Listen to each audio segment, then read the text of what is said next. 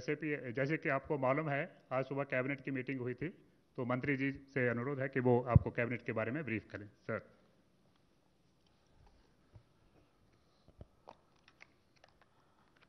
अब आपने देखा है पत्रकार वार्ता में, ये न्यू नॉर्मल है।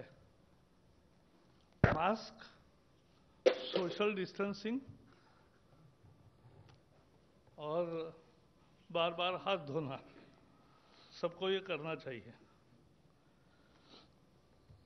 आज प्रधानमंत्री नरेंद्र मोदी जी के अध्यक्षता में कैबिनेट की बैठक हुई और कैबिनेट की बैठक में एक बहुत महत्वपूर्ण निर्णय हुआ कि इस देश को महामारी के संकट से बचाने का जो बेहतर प्रयास कर रहे हैं आरोग्य कर्मी, डॉक्टर्स है, नर्सेस है, आरोग्य कर्मी है, पैरामेडिक्स है, आशा वर्कर्स है, ऐसे सब लोग दुर्भाग्य से अपने देश में उन्हें हमलों का सामना करना पड़ा और अनेक जगह पड़ोसी ही सोचने लगे कि वो संक्रमण के कैरियर्स हैं। ये दुर्भाग्यजनक पहलू है। तो इसलिए आरोग्य कर्मियों के खिलाफ कोई हिंसा या हैरेसमेंट अब बर्दाश्त नहीं होगी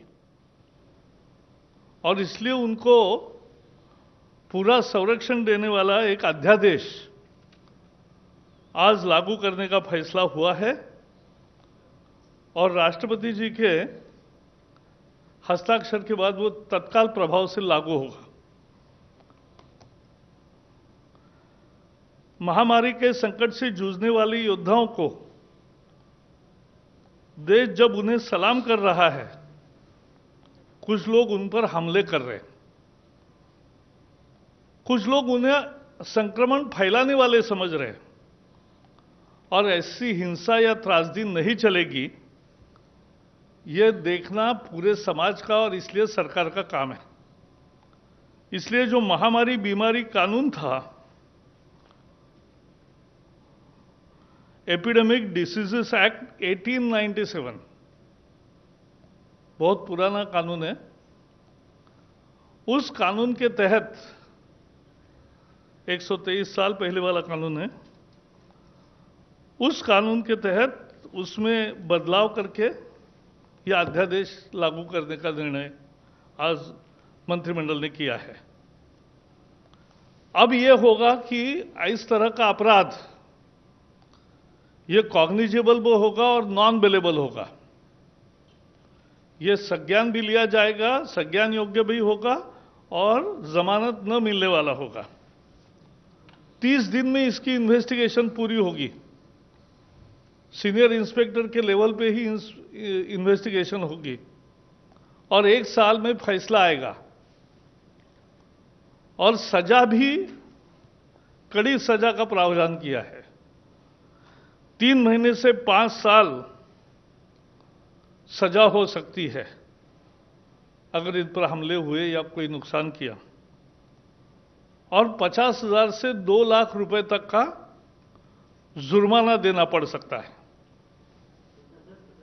50,000 से 2 लाख रुपया केसेस के ग्रेविटी पर तय होता है।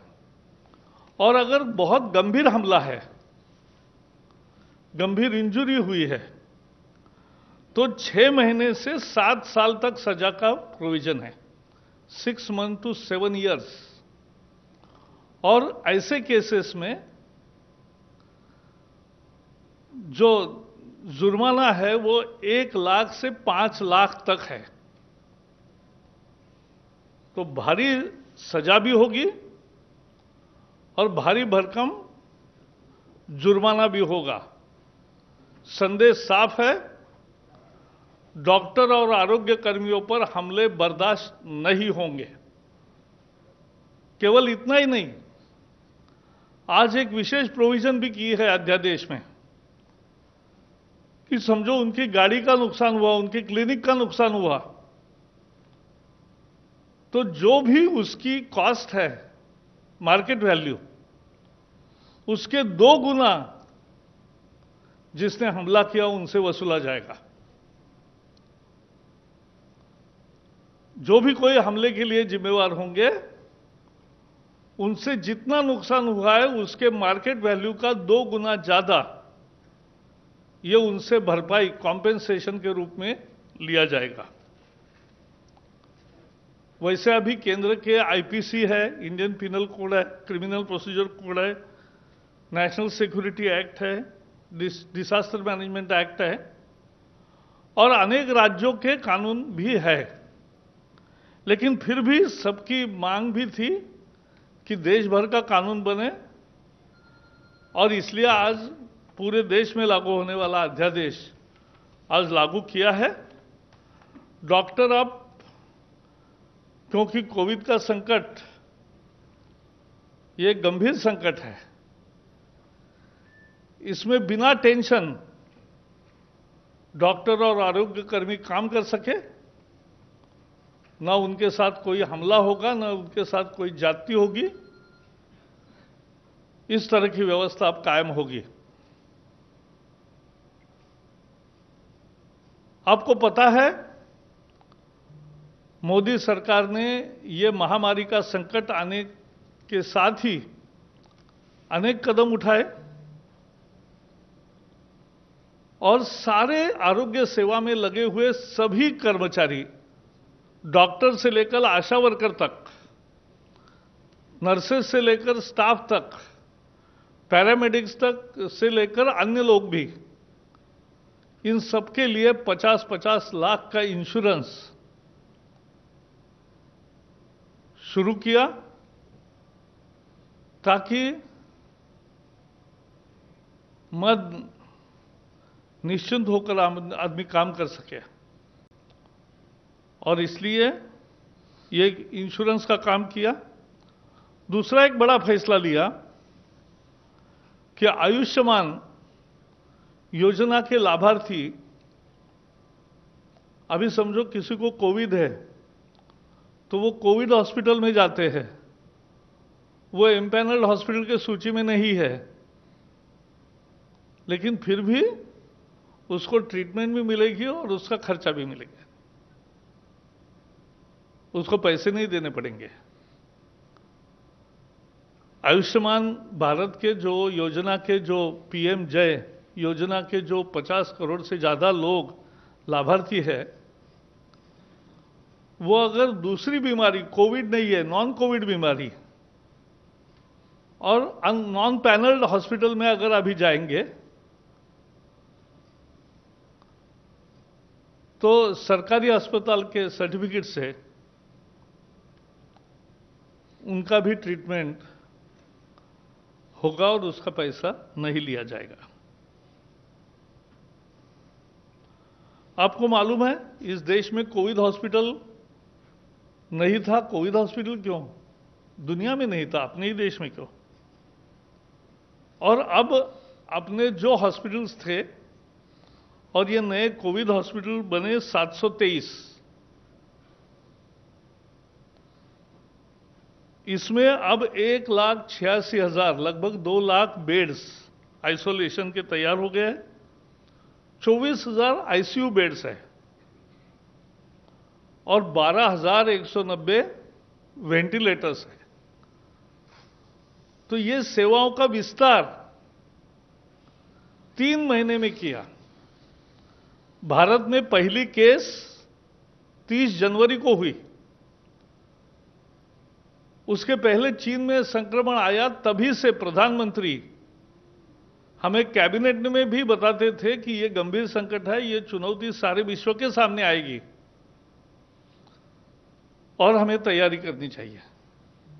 और इसलिए तैयारी में जुट गए। जहां पीपीई की बात है, हमारे यहां एक भी फैसिलिटी नहीं थी। आज 77 डोमेस्टिक मैन्युफैक्चरर्स हो गए और 1,88,00,000 इतनी इनको ऑर्डर दी है और रोज सामान आ रहा है। N95 मास्क जो डॉक्टरों को लगाने चाहिए, जो आरोग्य कर्मियों को लगाने चाहिए, जो कोविड के पेशेंट से ट्रीटमेंट का काम करते हैं, उनको लगाना चाहिए। इसकी अभी 24-25 लाख है उपलब्धता और 2.5 करोड़ लगभग ऑर्डर दिया है। तो ये विस्तार है सेवाओं का। तो ये काम किया है और इसलिए मुझे लगता है कि पूरे आरोग्य कर्मियों के, आरोग्य परिवार का ही पूरा ख्याल रखने का सरकार का मनोदय है और यही मनोदय आज के इस अध्यादेश से साबित हुआ है। Friends, today cabinet met under the chairmanship of Prime Minister Narendra Modi and approved promulgation of an ordinance to amend the Epidemic Diseases Act 1897 in the light of pandemic situation of COVID-19. And this actually protects the whole health fraternity, including doctors, nurses, paramedics, up to ASHA workers. Everybody get protected because what we have seen, when they are doing a yeoman's job, when they are doing the most crucial duty for the country, at some places they are being attacked, and some places their property is damaged. And at many places, they are being looked upon as the carriers of the COVID-19. So be it harassment or be it criminal offense against them in form of violence, for this government, that's a zero tolerance area. We will not allow this to happen in this civilized society, and therefore the ordinance proposes that within 30 days the investigation will be over. Within 1 year the decision of the case will be, the final decision will come, and the punishment ranges from 3 months to 5 years and fine from 50,000 rupees to 2 lakh rupees. And in severe cases, where serious injuries, grievous injuries have taken place, the punishment starts from 6 months to 7 years and fines start from 1 lakh rupees to 5 lakh rupees. Today, in the morning, Home Minister Amit Shah and Dr. Harshvardhan, the Health Minister, they had video conference with all medical fraternity representatives. And they promised that here is the government which will protect them and which appreciates and salutes their human services for the country. आज अमित शाह जी और हर्षवर्धन जी आरोग्य मंत्री, स्वास्थ्य मंत्री, उन्होंने आज ये जो वैद्यकीय परिवार के प्रतिनिधि है उनके साथ, स्वास्थ्य परिवार के सभी प्रतिनिधियों के साथ एक वीडियो कॉन्फ्रेंसिंग की। देश भर के अनेक लोगों से बातचीत हुई और उसमें आश्वस्त किया गया कि आपका ध्यान सरकार रखेगी और आप पर कोई हिंसा या कोई अपमान का प्रसंग नहीं आएगा, कोई हैरेसमेंट नहीं होगा। और इसलिए अभी केंद्रीय कानून भी है, NSA, disaster management act, IPC, CrPC, फिर भी ये अध्यादेश लाने का फैसला किया। And today, as you know, for last 3 months, government is super active on the front of providing best services, and already all the health fraternity has been provided with 50 lakh rupees insurance per head. The difficulties in Ayushman treatment in unimpaneled hospital are also already removed.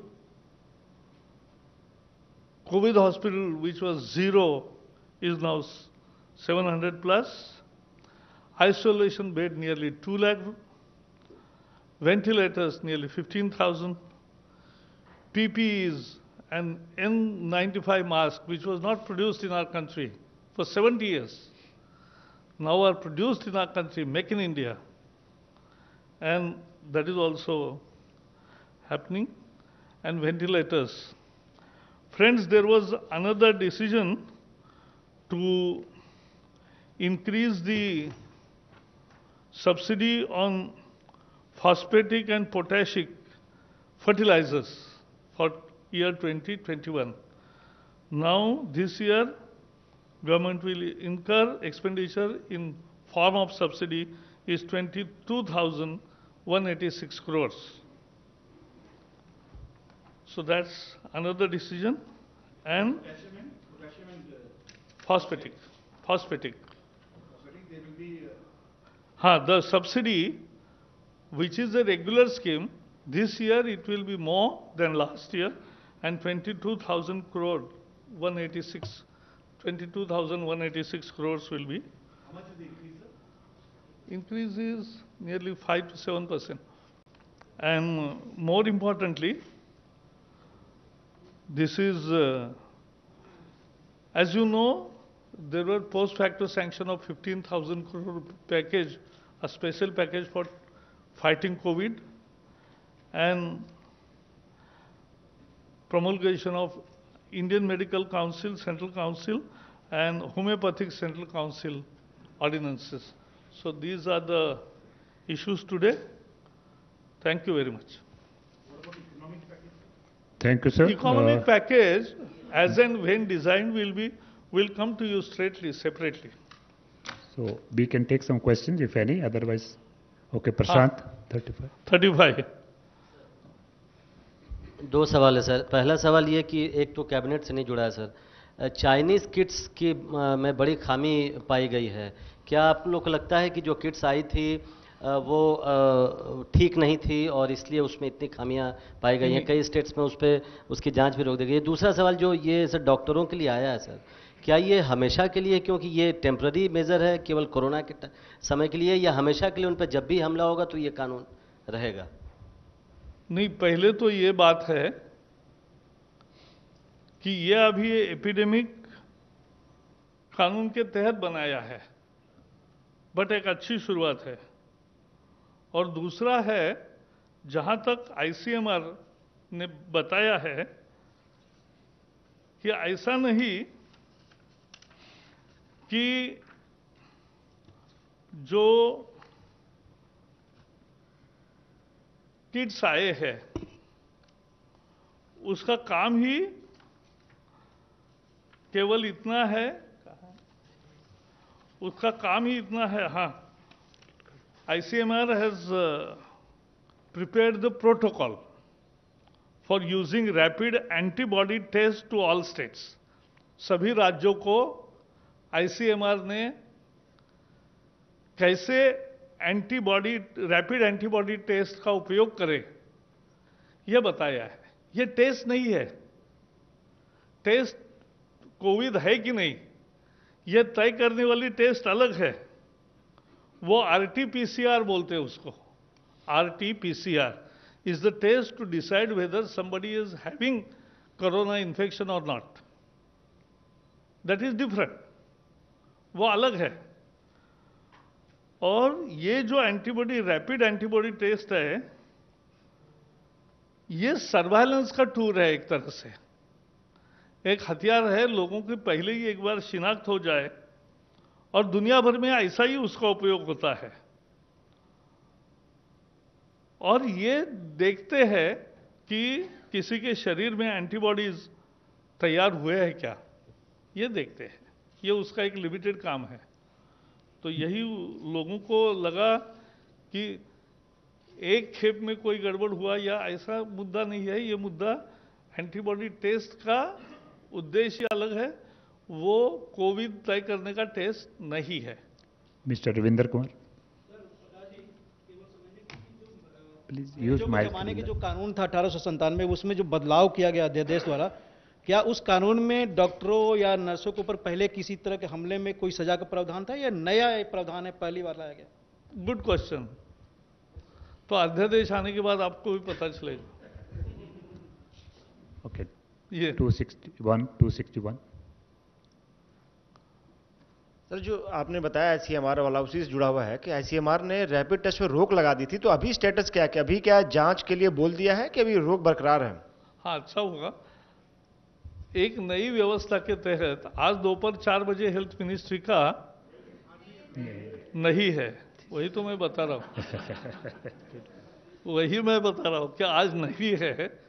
अब व्यवस्था ऐसी होगी कि सोमवार, मंगलवार, गुरुवार, शुक्रवार 4 दिन उनकी प्रेस कॉन्फ्रेंस रहेगी,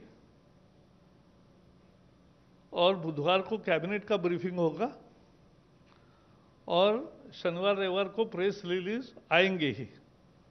तो आज भी आईसीएमआर का प्रेस रिलीज है, आपको मिलेगा। सर 110। प्रकाश जी, मैं मनीष झा हूँ TV9 से जी।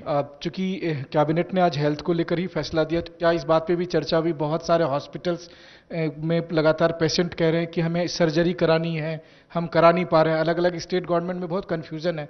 कोई कह रहा है कि कोविड टेस्ट अनिवार्य नहीं है, कोई कह रहा है कोविड टेस्ट हो सकता है, एम्स की भी OPD बंद है। ऐसा है, एक महामारी जब आती है, पूरे विश्व में अनेक देशों में क्या स्थिति बनी है वो हम देख रहे हैं।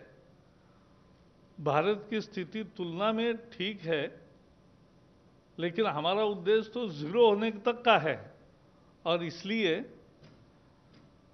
शुरू में लोगों को कंफ्यूजन्स हुए, लेकिन रोज 24 आवर्स काम चलता है इस सरकार में, और इसलिए कैबिनेट सेक्रेटरी की सभी चीफ सेक्रेटरीज के साथ रोज वीडियो कॉन्फ्रेंसिंग होती है, और उसमें उनको जो भी किसी की दिक्कत होगी या कोई सवाल भी होंगे, उनके सारे उत्तर मिलते हैं। तो अभी मुझे लगता है कंफ्यूजन की स्थिति नहीं है। 55। सर, नीरज हूँ न्यूज़ 18 इंडिया से। जी। चीन ने कहा है कि वो भारत की जो भी शिकायतें रहेंगी उसको देखेगा। चीनी दूतावास का बयान है उनकी प्रवक्ता की तरफ से। क्या चीनी दूतावास के प्रवक्ता का बयान है, क्या भारत की तरफ से जिन किट्स में समस्याएं आई हैं उसको लेकर चीन से संपर्क किया गया है दूतावास के माध्यम से? ऐसा है, आप ऐसे सवाल पूछ रहे हैं जो कल के आपके प्रेस कॉन्फ्रेंस में उत्तर मिलेगा, या विदेश मंत्रालय उसके बारे में बता सकता है। मैं अपने आज जो आईसीएमआर का प्रेस स्टेटमेंट है, रिलीज है, जो आपको देना है, उसके बारे में मैंने बताया। Mister Sunil Prabhu. Sunil. Sir, just you know about because government employees, you all have already taken a pay cut of 30%. We were told that a proposal was given. Is it being kept under wrap, or is it been cleared in the cabinet for the 4% withhold of the DNS allowance? And is this only the areas will be paid later when India improves its financial position, or what is the decision on that? हम जो निर्णय लेते हैं, जो बताते हैं, और निर्णय जैसे जैसे होते जाएंगे बताते जाएंगे। अशोक ANI। सर, अभी ये कंफ्यूजन बना हुआ है कि हवाई यात्राएं की शुरुआत कब से होगी, और अगर हो रही है तो इसको लेकर क्या घोषणा और क्या तैयारियां हैं? कोई बेल आउट पैकेज की भी चर्चा चल रही है क्या इस लॉकडाउन के बाद? ऐसा है, अभी हवाई यात्रा कब शुरू होगी इसका कोई फैसला नहीं हुआ है। हाँ, अभी नहीं हो रहा है। बाद में कब होगा इसकी ऐलान समय पर होगा। Thank you, friends. Thank you very much.